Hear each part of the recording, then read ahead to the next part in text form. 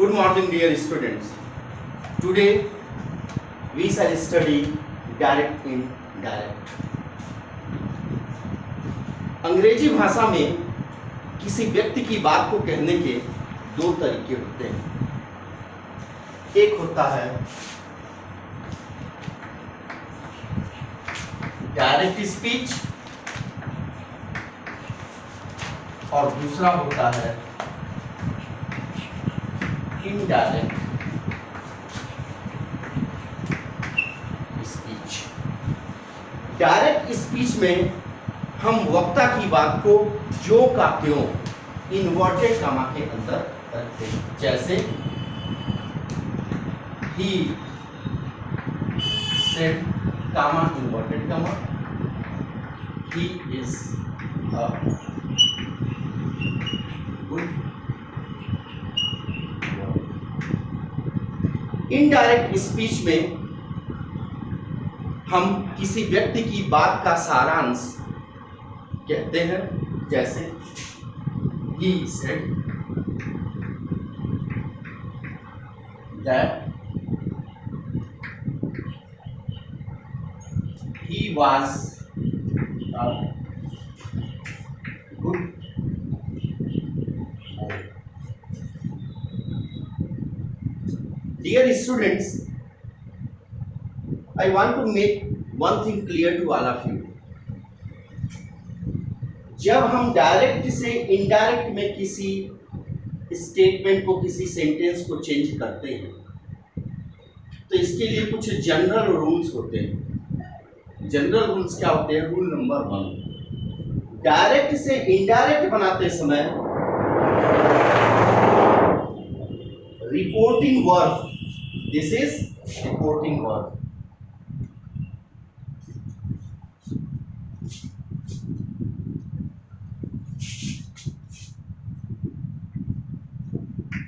he says to me, comma inverted comma,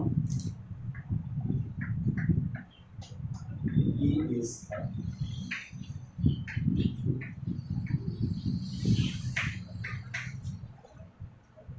direct से indirect बनाते समय 5 सामान्य नियम को हमें अपने ध्यान में रखना चाहिए। पहला नियम, reporting verb, this is RS, this is RE, this is RO and this is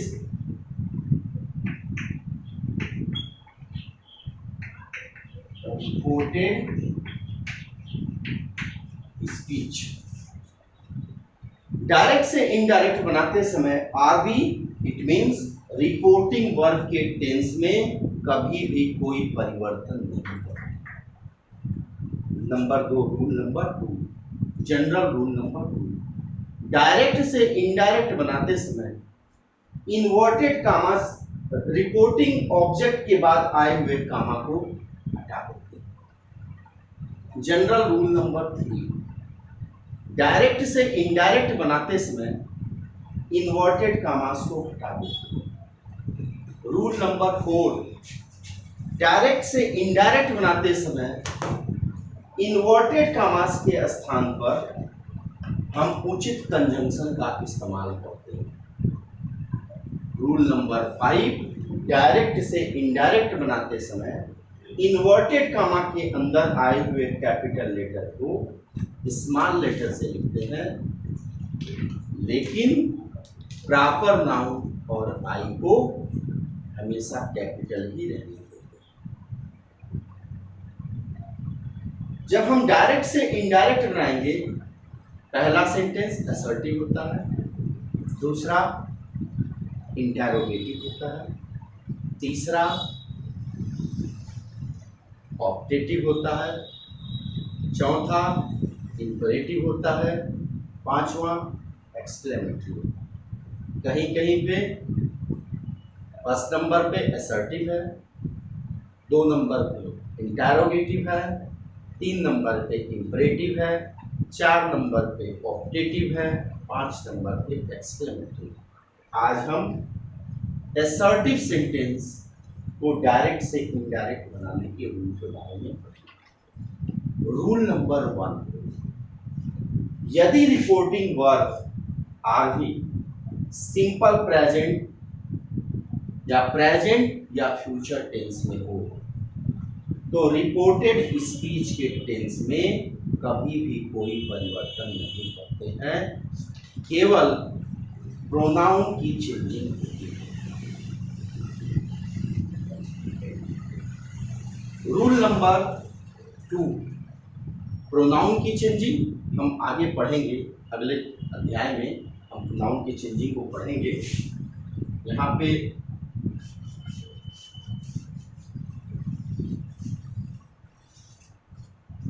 इस सेंटेंस में आर भी reporting verb simple present tense में है। जब आर भी reporting verb simple present tense में होता है तो रिपोर्टेड स्पीच के टेंस में कोई परिवर्तन नहीं करते। प्रोनाउन की चेंजिंग होती है, यहाँ पे प्रोनाउन थर्ड पर्सन का प्रोनाउन है, इसलिए प्रोनाउन में भी परिवर्तन नहीं होगा। यदि यहाँ पे से है तो से टू है तो टेंस में बदलेंगे, सेड टू है तो टोल्ड में बदलेंगे, और यदि यह टू नहीं है तो से को नहीं बदलेंगे, से को से ही रहने देंगे, सेज को सेज ही रहने देंगे, सेड को सेड ही रहने देंगे। इन्वर्टेड कॉमा के स्थान पर दैट लगा दें, टेंस का परिवर्तन करेंगे। इसका इनडायरेक्ट बनेगा he tells me that he is a good boy, या ही जो है यहाँ पे स्मॉल लेटर में लिखा है। सबसे इंपॉर्टेंट रूल नंबर 1, इसके बाद हम आगे पढ़ेंगे। यदि रिपोर्टिंग वर्ब ये आर भी पास्ट टेंस में हो, यानी कि सेड टू के स्थान पर सेज टू के स्थान पर सेड टू हो। यदि रिपोर्टिंग वर्ब पास्ट टेंस में हो तो रिपोर्टेड स्पीच के टेंस में नियमानुसार परिवर्तन किया जाता है। मान लीजिए ये आर भी सिंपल पास्ट में है और इसमें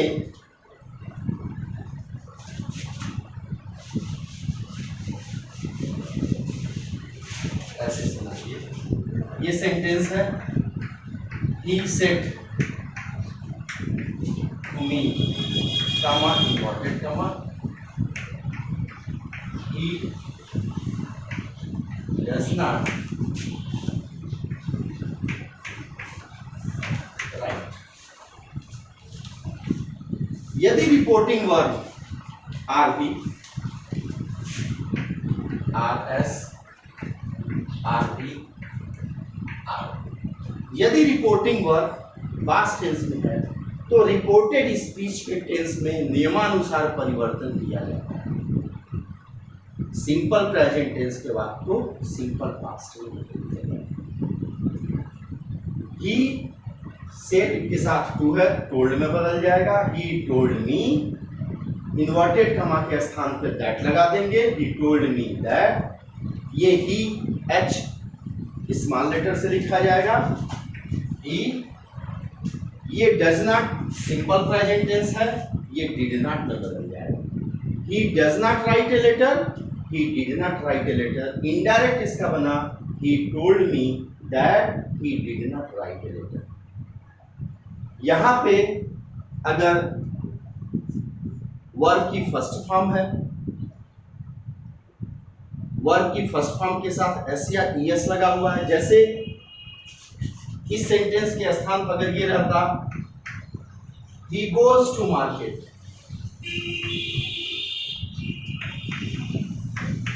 या फिर ये रहता he is a good boy।